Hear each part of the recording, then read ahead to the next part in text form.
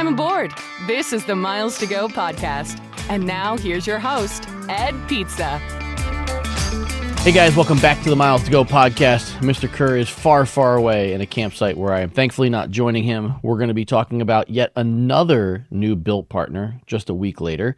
We got a poll question from the Slack community about my summer travel, updates on how the RealID process is working out there, Hilton breaking the 200,000 point barrier, and some conflicting information on how to book Lufthansa first class awards using points. Mr. Kerr, how is it in camping world? It's pretty great, man. Although, there's a significant lack of point availability to go and park your RV somewhere. You got to pay some straight cash. But you'll be happy to know that I did revive my Jellystone Rewards account to find that all my points had expired. And here I am earning them once again in the hopes of free nights of parking spaces around the country.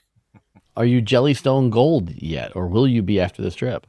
No, I will not be, thankfully. Although this is the only campsite that is more expensive than Disney's Fort Wilderness. I found it. My kids found it. Thank you, kids, for pointing this out. It is Memorial Day weekend here that we are recording this, which means, hey, last night on a Thursday was $85. Tonight is not anywhere close to $85 as we start the Memorial Day weekend. So thank you, Thomas and Mary. We are in Gold Valley, North Carolina. This place is really something. There's a million things to do here. It is an awesome place up in the North Carolina mountains. I think we went here 4 years ago when the kids were little. I found some pictures. I can't believe how little they were that I was out here taking them camping, but they're a little bit more independent now, so I can send them off and do things. But dude, there's a water park here, pools, putt-putts, a million playgrounds, laser tag. They built an alpine coaster down the side of the mountain, hiking trails, activities all day. Like it's a kid heaven. I have a great time. I'm going to do the water course in the lake with the kids today. We got a lot of fun stuff planned. So, not your typical Hyatt or Hilton or Marriott or IHG Redemption, but we're having a great time out here. Yeah, no, I just looked it up to double check, and I think this was one of the Jellystones that I actually was considering when I camped. You need to have activity at Jellystone once every 24 months to keep your points valid. But if you do happen to squeeze up into that gold tier, which it doesn't seem like you will from this trip, but maybe if you get out there and you're a little bit more active, if you do happen to hit the gold tier, you will earn seven Club Yogi Rewards points per dollar instead of 5. And I think a free night's somewhere around 36,000. I mean, it's like something wild. They have like a whole tier basis, pretty complex program, straight revenue base, no real outsized value there. But look, the kids have loved these places. It's awesome. I can't believe it's been. Actually, I know what happened. We have stayed at one in over the last 2 years, but I didn't put my number in. Is what happened on the last one because I had kind of given up on trying to earn a free night. Oh my God! You didn't put your number in? Yes, and as you noted, there are 7 levels of free night certificate, and in true loyalty fashion, there are holiday and non-holiday rates. With the most expensive level 7 holiday rate being 160,000 points. Mr. Kerr, this is riveting information here on the Miles to Go podcast. It's nice to do something besides stay in hotels. I will tell everybody that. Mrs. Kerr went on a cruise with her mom, did a little mom-daughter cruise action for the last week. So it's just been Dad and the kids on the road. We went to Cherokee, North Carolina, and we stayed on this amazing campsite right on the river there. And then yesterday drove from Cherokee over the mountains through Maggie Valley and over through Asheville down here to Golden Valley, North Carolina. So we've had a great time. We're missing Mom. We're going to go home in a few days. And then, man, I gotta get back on a plane and go to New York City. And I'm just, I like it out here a lot better. It's nice to do something other than stay in hotels are words that are probably never going to cross my lips. But a little bit of housekeeping to get us started today. He is at Kerr Points on all those social media channels. I am at Pizza in Motion. You can find the show on TikTok and Instagram at Miles to Go Podcast. And you can text us or leave us a voicemail, 571-293-6659. Shoot us an email, ed@pizzainmotion.com. All right, right up top, let's talk about RealID. We had heard, and we talked about this right when we launched our episode, we'd heard that RealID wasn't quite the dumpster fire that we thought it was going to be. And mostly that was because the airports and TSA chose not to restrict you from flying if you didn't have a RealID. I've heard all kinds of stories about what sort of secondary security measures people were exposed to. Some people had absolutely nothing happen, and it was just very normal. The one data point that I was waiting for was to hit one of the touch-free airports that you and I are so fond of, where you don't have to show an ID, you just show your pretty face to the camera. And I've now gone through 2 touch-free checkpoints without my RealID because I don't have a RealID driver's license. And in both cases, the system did not flag me. So I would just mark off this one little detail as proving that the actual presence of a RealID doesn't really help from a security standpoint. Now explain to me why you haven't gone to get a RealID yet. I'm sure you have a weekday morning you can go hang out at the DMV and just spend 4 or 5 hours. Oh, yeah. Yeah, exactly. Yeah, plenty of free time. Yeah. No, my driver's license hasn't expired yet. They issue 10-year driver's licenses in the state of Virginia. Mine expires this summer, and hopefully the lines will have died down by then. But why was I going to go get a driver's license earlier? I have a passport. It's fine. And I've gone through 3 or 4 times with passport. No problem. Yep. Fair enough. I do have a Georgia RealID since I think I got 5 more years left on it. So the trick is that I have to have the picture when I get my new ID 5 years look like I did 5 years ago. So I'm just prepping myself. I've got 5 years to get back to that, youthful, full head of hair, no gray. Like, I'm going to do it. So since I have 5 years, I've got plenty of time here. Sure. Yeah. Okay. So as a brief aside, Jennifer in our podcast community brought up a really good idea, a really funny idea, which was this theoretical concept of fake IDs for college students. As you might recall, back when we were college students, sometimes you might grab an ID to be able to buy alcoholic substances prior to being 21 years old. And Jennifer commented on the fact that it apparently one of her kids happened to acquire a fake ID, and their fake ID has the RealID star on it, which I find I can't even begin to tell you how amused I was by that you could get a fake RealID. My fake ID in college, not that I would ever, if I had a fake ID in college, we scanned the RealID in, photoshopped the birthday and printed the thing out, laminated it. And the people I had heard that did this got away with it.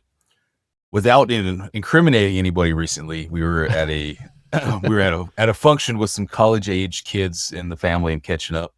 Apparently now the fake IDs, like the barcode on the back even works, because when you try and get into a bar now, they scan the barcode to verify the birthday. And now the fake IDs are so good, apparently for $20 you can get an ID where the barcode scans with the birthday as well. So technology is just really taking things to the next level. Not that I would ever have done anything like that.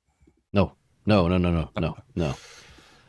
All right, well, let's dig into some other topics here. First up is Hilton's man, I'm not even sure what to call this. I'm not even sure devaluation, thank you Jeremiah for the sound, is the right word to use here. But Hilton obviously came off their award chart a number of years ago. Prices have moved in the background quite slowly, and now we have hotels that are 200,000 Hilton Honors points per night. Mr. Kerr, are you going all in on a 200,000 point redemption per night?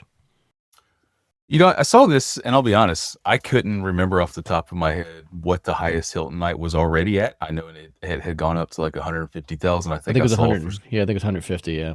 Yeah. So what I'm curious about are how many of the properties are charging this. Are they the properties that are just constantly in the headlines of every Points and Miles blog and Instagram post, or is this really widespread? Because I think we've seen the price inflation of Hilton now, where it bothers me much more than the 200,000 point is if I'm trying to go to a Braves game and the Hampton Inn next to the Braves Stadium's 80 or 90,000 Hilton points a night. Is more of a concern to me than hey, this one-off trip to the Maldives or Los Cabos, Waldorf, and people are always talking about. I was never going to do that anyways, to be honest with you. I just am not going to. So I don't think this one affects me too much. Again, the comment would always be, let's give folks a heads up before we just change things overnight. It's also the thing that can get people going. But I'll tell you, man, I still see people just somehow earning a metric boat ton of Hilton points. I think you do it when you say at the Conrad. I think between a co-brand card and the double miles promos, people are still booking these redemptions. And, I don't think they're going to stop anytime soon. And people can just get so many Hilton points from their activities that they go and book these. And I would imagine that Hilton made the wager that they're going to continue to do it even if they move these properties. So It makes free night certificate that much more valuable if you have those from the co-brand cards, because you can still use those for now with these 200,000 point properties. But I don't know, man, have you seen how many properties we're actually talking about? Because I know the headlines steal it all, but are we talking about 3 properties, or are we talking about a sizable portion of properties that are now 200,000 points a night?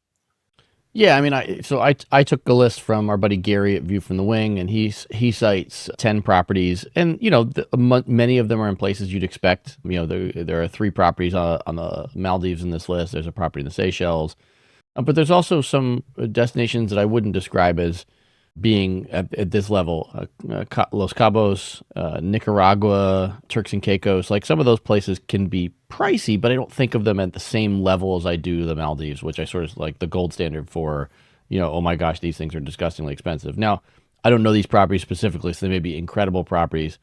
I will say, to your point on the lower end properties, one thing I noticed just sort of in passing, I was at we're actually recording one of the episodes for the new Disney podcast that I'm trying to launch, and I started looking at properties around Disneyland, right? Because I have more free time. Why not? That's why everybody's like, "Why is he laughing?" I was like, "Because Ed has free time for that." But what was interesting to me was I started looking at properties around Disneyland, and I was, sort of doing this live during the show because I did some prep ahead of time, but I didn't really record the points values. And I pulled up a bunch of Hilton properties around Disneyland, and they ranged. There were some that were 65,000 points a night, but more of the quote unquote desirable ones, which are not high end properties, more just closer to Disneyland. These were 80,000 point a night properties on some of the off peak days around Disneyland when cash rates were under $200 a night. So, for example, I saw a property that was $175 a night, and it was 80,000 Hilton Honors points, which is about 0.2 of a cent per point, which I would categorize as really, really bad. Now, they weren't all that way. It was a mix, but it was an eye opener for me. I think so. I keep a stash of Hilton points, and when we did the transfer bonus from Bilt to Hilton a few months ago, I certainly took advantage. And it's because of the trips like we have coming up to Europe. There are just gems that I find. Yeah. Or like, again, if I'm going to, probably Disneyland or a high, an event where demand is high, it's probably not going to be a place to use it. But I mean, I think we're going to go to Riga, Latvia, because Air Baltic's got nonstop flights where we want to go. Yeah. And I'm always looking for an exciting place to go. There's a Hilton Garden Inn in Old Town Riga that's like 18,000 Hilton points a night. There's an SLH property there in Riga, Latvia that's like 35,000 points a night.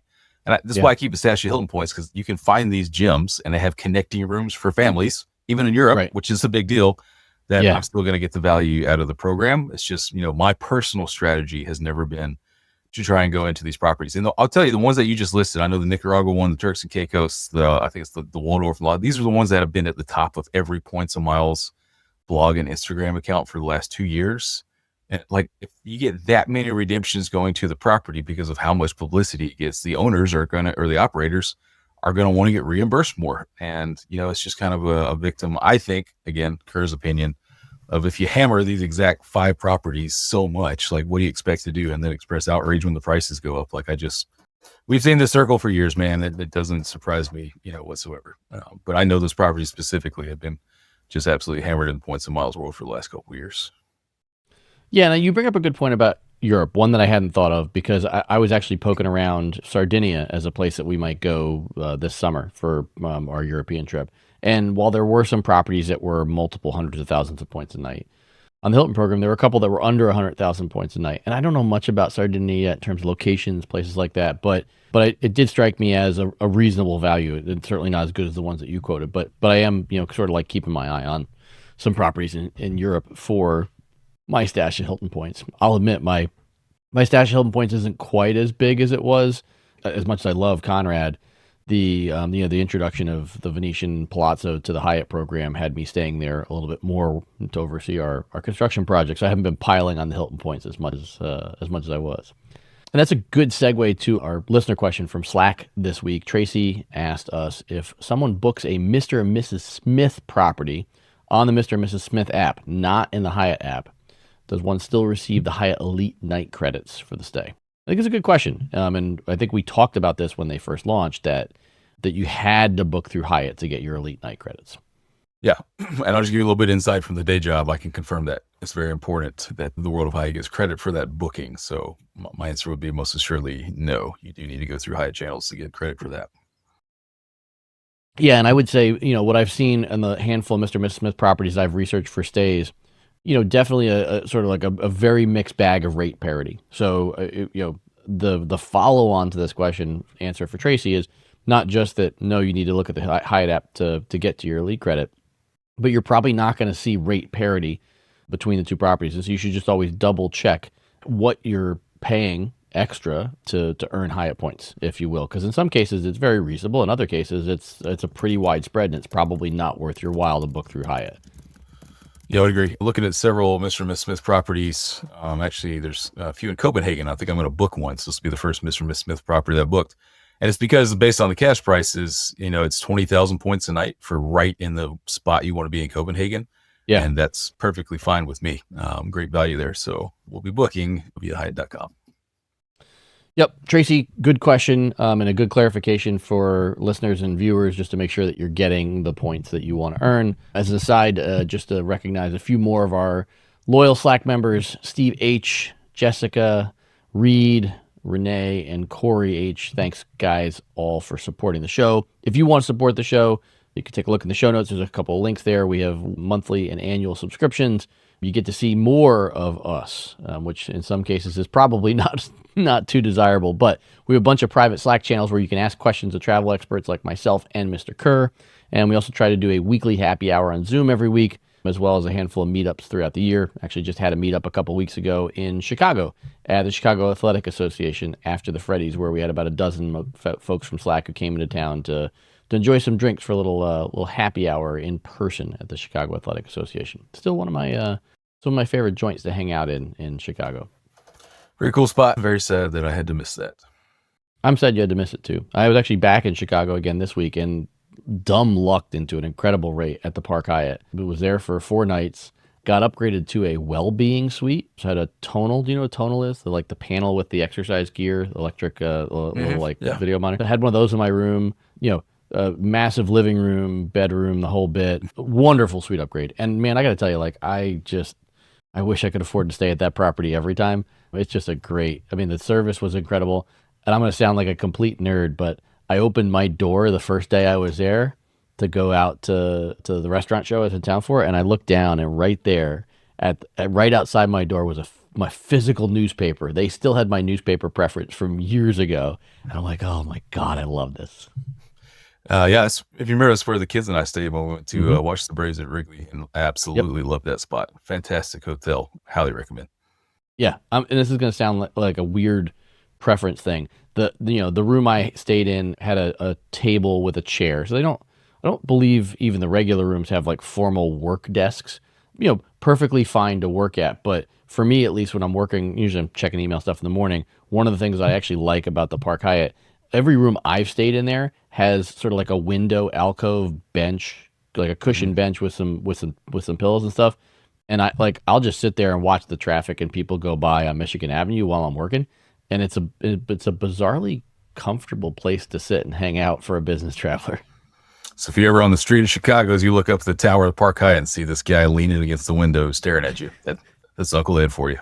Not Westin Denver Airport United Pilot style, to be clear. Yes. No, nothing like that. Another reference for people to Google if they don't remember that story, which we will not talk about live. All right, well, people might think that these episodes are spaced out a month or so, but here we are literally a week later, and we're talking about another Bilt partner. So tee us up on this, man. I didn't see this one coming, because usually when you drop a partner on us, it's at least a few weeks before you tell us about the next one. Yeah, we were very excited as of recording yesterday to have Qatar Airways Privilege Club formally join Bilt as our 16th airline transfer partner.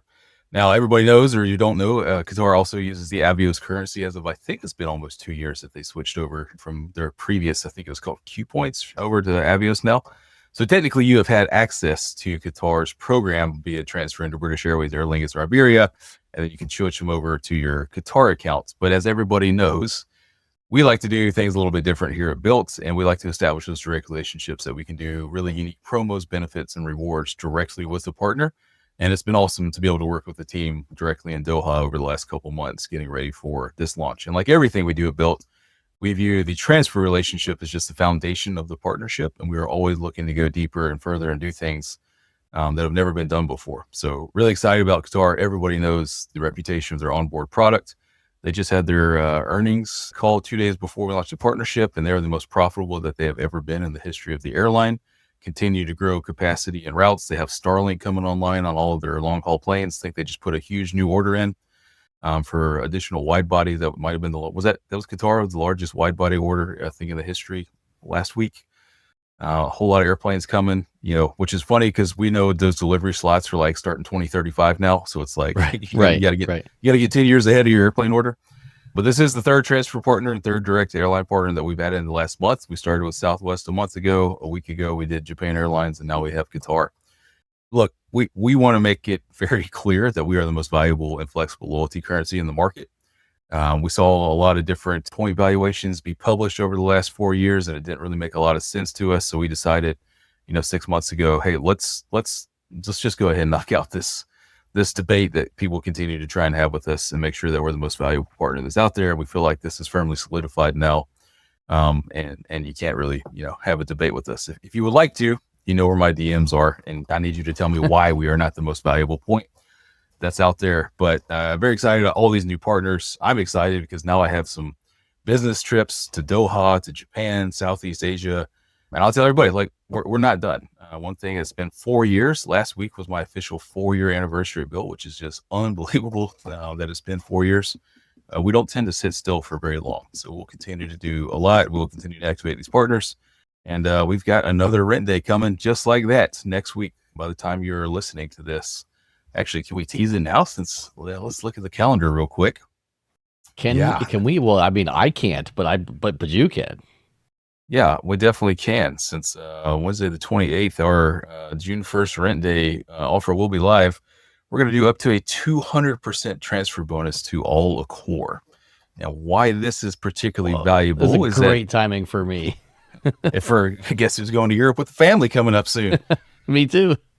I really like this one for 2 reasons. First is both Gold and Platinum are going to get 200%, which means you're going to go from a 3 to 2 transfer relationship to 1 to 2. So now your Bilt points, if you are Bilt Gold or Platinum, are going to be worth 4 cents each towards any Accor stay that you can book.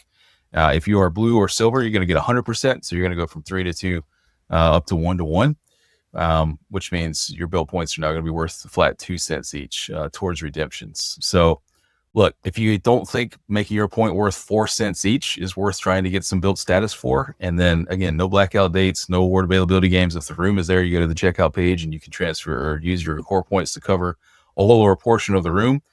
We've talked about the struggles of going to Europe as a family or even as individuals. We've talked about the prices that I've been seeing in Denmark, and I think also in Germany that we're looking at. And look, everywhere that I'm looking in Europe, there's a significant Accor footprint for the most part, whether it's a economy brand or a luxury brand. And I can now make my hotel stays for my family affordable with this promotion that we have going. So if you have not looked into all, I would strongly recommend you to do it. Some amazing hotel brands that nobody ever says anything bad about. If you haven't done a Sofitel stay, a Raffles stay, a Fairmont stay, like all these hotels that just don't have a huge property or a huge footprint in North America. But again, if you're traveling overseas, which you probably are if you listen to this podcast, you really need to look at this. And then, man, I sure hope some of you have some Bilt status to be able to take advantage of the June 1st rent day. So really, really excited about this one. Team in Paris has been awesome. We had to do a little bit of funky math here to make 3 to 2, 200%. Don't worry about that. Just remember, if you're Bilt Gold or Platinum, every single Bilt point is 4 cents towards the revenue cost of a hotel stay. And then if you got your Accor status back in January, now you're getting some pretty sweet benefits. Like, I think you and I will be getting it as Platinum members. So Platinum benefits, which are legitimate in the All Accor program, plus 4 cents per point. Like, I'm just really excited about this and hope everybody else is as well. Yeah, so a lot to break down there. So first off, I think you hit on what I was looking at in my head, which is, a few months ago, you guys did a promo with ALL Accor where if you transferred, I think it was 10,000 points you had to transfer to get Platinum status. So if you transferred that, you got Platinum status, including 2, if I remember, Suite Night upgrade awards. So I did that. I have those sitting in my account. And it is a really valuable status. So I'm just reading from their website, things that you get on top of like base status: early check-in, late checkout, guaranteed room availability, welcome amenity on site, Suite Note upgrade awards, lounge access. In Asia, you get complimentary breakfast, So definitely a bunch of stuff there that, travelers like you and I are looking for. And when I made that transfer to Accor, it was with this summer trip in mind. Now, you teased me a bit with the British Airways transfer bonus, and so I did transfer part of my balance, a decent part of my balance, to British Airways to plus up my Avios balance. But I held some back because I felt like there was more coming, and you have not disappointed me, Mr. Kerr. And now I would say I will absolutely be trying to use those sweet rewards. I've already been trying to figure it out. Like I found a couple places in Sardinia, saw some stuff in London where I might be able to use them, and now I'm definitely going to double down on it, and sadly probably flush the rest of my Bilt balance, and I'll be back down to zero once we get through this rent day. Yeah, again, we are doing everything to prove that if you are not engaging with Bilt, we really hope you do, and that you get some of this value. So I will be sending a substantial amount of my own personal points over to fund our 2 weeks in Europe at Accor properties. There's actually a really great Flyer Talk thread about platinum welcome amenities, because again, until Bilt did this promotion, there was never a shortcut to Accor platinum status before. Right. And apparently all accounts on this Flyer Talk thread, just reading through how platinums are treated is just really fantastic. So I've not been able to use it yet. Was supposed to go over to Paris a few months ago, couldn't do that. And now finally getting to check out some of the Accor platinum status stuff, again, at free or incredibly reduced hotel costs versus what it would have cost my family to go. So very, very excited. Yeah, and just looping back a bit on Qatar, I've flown them a couple of times. I was surprised on one of my trips coming back from Africa when I had a lie flat seat on a single aisle plane, something that we clearly don't see very often in the U.S. Really great product, took great care of us. And I did look it up while you were talking. 160 Boeing twin aisle jets. It's a massive amount of planes. Whether they all ever get delivered, you and I will be old and gray. But man, that's a lot of planes. And I did want to note, like as you said, I want to congratulate you on your 4-year anniversary at Bilt. For those that haven't known Richard that entire time, and we haven't been on video the whole time, when he started at Bilt, he had a full head of hair and no gray hair at all. And as you can see right now, the 4 years has not been very kind to him. I was technically already bald. March of 2020. A man never forgets the first time. First time he shakes his head. So rip my cords out of my ear.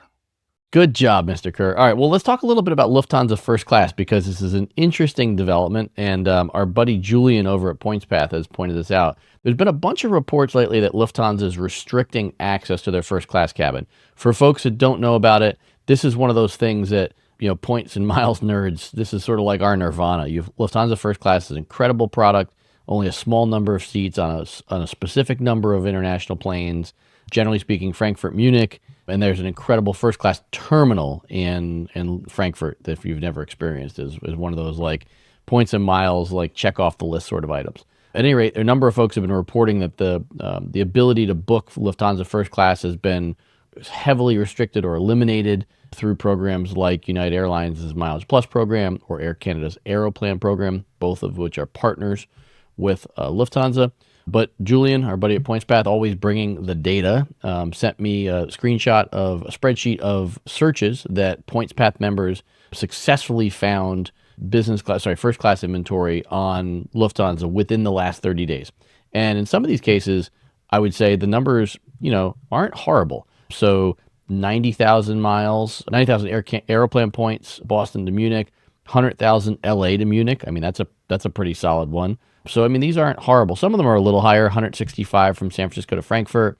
But all in all, reasonable rates, anywhere from 90 to 165,000 miles. And then as far as the taxes /YQ, as little as $5.60, and the most expensive one was $100. So really reasonable fees to go along with this. And, do I think that Lufthansa is trying to restrict the total number of seats that are out there?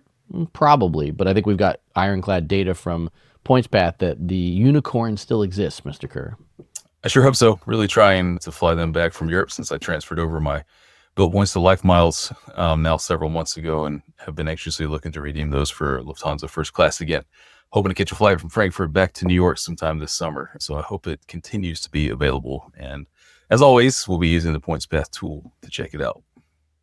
Yeah, shameless plug for PointsPath. I am an investor in PointsPath, but great product. And they have, if you're a paying member of PointsPath, which can be had for mere dollars a month, they have a Lufthansa First Class dashboard.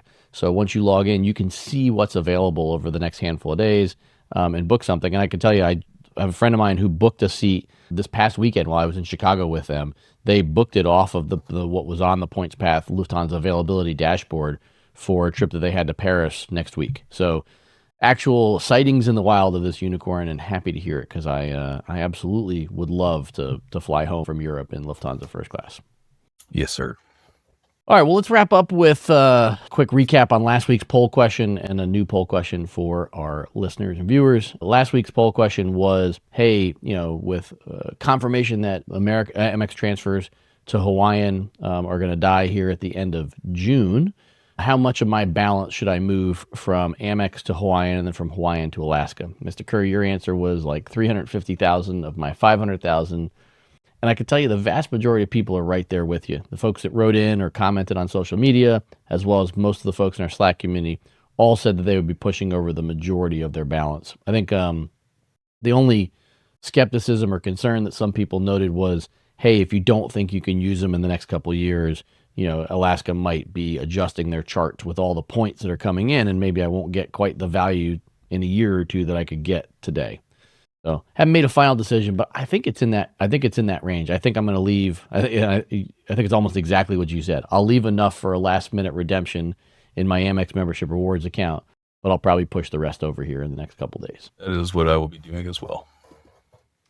All right. So last poll question for you, Mr. Kerr, putting you on the spot again. I come back from Europe. I had found those incredible Air France KLM seats, Copenhagen to Boston. They were 35,000 miles business class fare per person from Copenhagen to Boston, but that would have meant positioning flights from Italy to Copenhagen and from Boston to Dulles. And it's just been a weird summer, man. You and I talked about it. The availability is, I wouldn't say rampant, but there's certainly more Savor Award availability now than I've seen in a handful of summers. And managed to find 80,000 mile one-way flights in business class from Rome to Dulles nonstop on United, which that flight is always super popular. And they had unlimited number of seats available. I could book 9 seats in any class on that flight.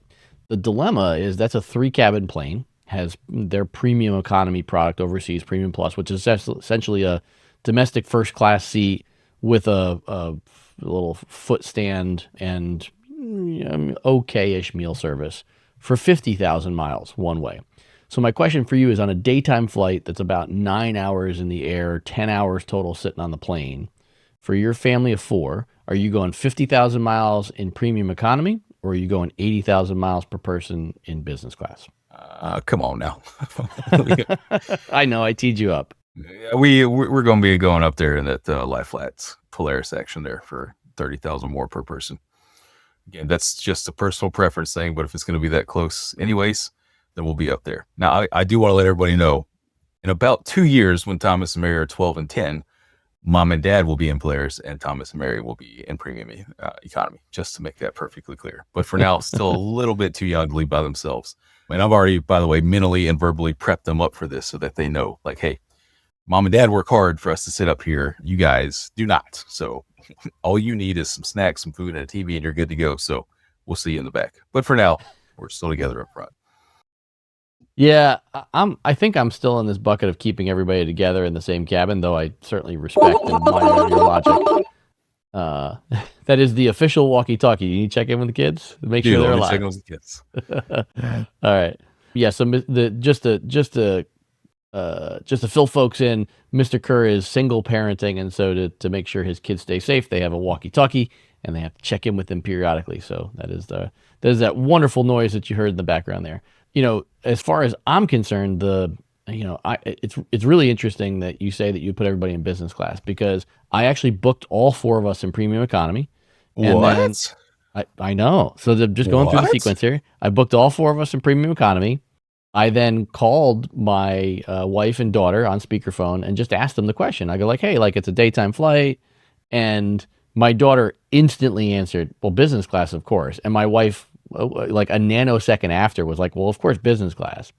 Interestingly enough, my son was like, look, like we've gone back and forth to LA a couple of times to visit Disneyland. It's like, hey, like we flew domestic first class. We flew that premium economy seat on the 3-cabin aircraft. He's like, it was a 6-hour flight. It was fine. He's like, it's another 3 or 4 hours. So he actually voted premium economy, which surprised me because he's the younger and maybe the slightly less rational one of the two kids. My daughter reminded me that my blog slogan is "Life is too short to fly, coach," and Yes. I did rebook us, but I will admit with a little bit of reluctance because, without knowing when the mile spigot is going to shut off and when cheap miles aren't going to be around anymore. 120,000 miles for the 4 of us to sit in business class. It just felt, I don't know, man. It hit me differently than it has in the past. What I always remember in your case is you have the ability to quickly replenish miles more than 99.8% of people that I know. So for you to replenish another 120,000 miles, you can do that super quick. And I think you should just be upfront. Yeah, well, we are up front, but I'm still a little salty about it. I got to be honest. It hasn't fully settled in yet. Anyway, as we scoot out here, I will mention there's a brief update that we just saw as we went live with the episode. 2 disappointing changes in the United program. One of my favorite quiet benefits as a 1K for a number of years has been if you book a higher class economy coach ticket in Y Yankee, B Bravo, or M Mike fares, you could get an instant upgrade to first class. Sadly, it sounds like this benefit is going away in August. Not a ton of notice. Don't love that. I would say, it's an interesting time for them to be doing away with this as demand has softened a bit. So I can't say I really have put my thumb on why this is out there yet. At a time when they probably should be enticing business travelers to stay engaged with the airline. This is making it a little bit harder because some companies don't allow their employees to book first class domestic tickets, but they would allow them to book an economy class ticket. And United controls the fares for the Y, B, and M bucket, so they can certainly make sure it's worth their while. So a little bit of odd one here. And then for some folks that have used the excursionist perk, which was the ability to book a quote unquote free segment in a different region as part of a one-way award, that is also going away later this year. So two small disappointments for upcoming Mileage Plus benefits for United travelers. So, Mr. Kerr, how much longer you got on the road? Just a couple days. We have been camping for almost a week now. We're going to go home, enjoy Memorial Day at home. We haven't seen Mom in a week, so we need to go home and see her. But I'll tell you, man, there's good news. Just a couple weeks later, we will be back in the RV again for an extended period of time. So we're enjoying getting out there for the summer. I'm that's great. Can you share us what is the good news? The good news is I now have Starlink and I no longer have to worry about, hey, is this place's Wi-Fi actually going to work or not? It's a lot less stressful trying to pick a place. So okay, that's well, you and I have different definitions of good news. I will certainly say that. I think that I'm going to be excited for you. Yeah, that's yeah. I won't even think. I am done with the camping thing unless it's going to be pretty glamorous. I'm not spending a week in an RV. It just ain't happening, man. You can go book those under canvas properties through Hyatt and get yourself, I think, what, they have triple points right now plus American miles. They got a lot going on to get you out there to the under canvas. No, I tell you, I hit a bit of a panic mode about 2 weeks ago. I was looking at some pictures of Thomas and Mary and just realizing how fast they are growing up. Even on this trip in North Carolina, I put up an Instagram story the other day of the exact same pull off that we did on one of our first camping trips ever 4.5 years ago up in the Smoky Mountains. And I found the same pull off in front of the same tree in the Big Valley. And I took another picture of them. And dude, like, it's just like everybody says, it's so cliche, but it's going by so fast. And I've been on the road so much for business that we were just like, let's, in just another few years, they're going to be teenagers and they're not going to think mom and dad are the coolest people in the world anymore. So we're just trying to make the most of these summers and this time that we have. But I tell you, man, it just really got to me a few weeks ago when I saw some pictures. And then when if you didn't see his Instagram story post, Jeremiah will send you both of these pictures so you can put up and just see how fast they've grown up in the same spot, man. Like, I don't like it. So trying to enjoy the time with them while we can. Yeah, it goes by in the blink of an eye. I have a college student and one going into high school, and it just sort of happened overnight. And in some weird, twisted sort of way, they still think their parents are cool. So we're gonna ride that as hard as we can. I'm actually headed to Orlando this weekend to not go into a theme park though. We're watching one of. I know. Can you believe that? I don't think we're actually gonna make it into a theme park. We're a good friend of ours who we met on Star Cruiser is starring in a rendition of The Great Gatsby off-site in downtown Orlando. So we're going down for the weekend to see him and hang out with some of our other friends, Glitter Mike and Sway and Stephanie. But I don't know that we're only there for 42 hours, and I'm not sure. We'll be on Disney property at some point because we're going to see a movie at Disney Springs. But this may be one of those trips where I don't actually step in a theme park. And I'll tell you, from a dollars and it's fair. But from a dollars and cents standpoint, I'll say, I was looking around for hotels, and when you don't need the early entry benefits for the parks, man, I got to tell you, I was on Capital One Travel. I had looked at Marriott, Hilton, and Hyatt's website. I was on Capital One Travel, and I found the Delta Hotel in Celebration, which looks like a somewhat new property. It was, for the 2 nights, it was almost $400, like $370 on the Marriott website, which still isn't a horrible rate for Orlando for Memorial Day weekend. I found it on Capital One Travel all in for $235 for 2 nights. And you got a $300 travel credit if you hadn't used it yet for Venture X. But I imagine you probably used it. I had not used, based on the timing of my 2 cards, I have 2, I had not used $60 worth of it. So I applied that to the reservation. So out of pocket, I'm like $170 for 2 nights at Celebration, which is, an easy ride to Disney. So there are deals out there for nice properties around Disney World. You just gotta make sure you check all the places before you hit the button to book. Mr. Kerr, enjoy the trip back. I will probably prove you right and step inside a theme park this weekend. We will see. I will absolutely report back to you. Also interested to hear what our listeners think about my choice of business class versus premium economy, and how many people think I made the right call by switching the family from premium economy over to business class for the 9-hour jaunt across the pond. Lots more to come, Mr. Kerr. We still have to update on my Tokyo trip, but until we upload again, we've got miles to go.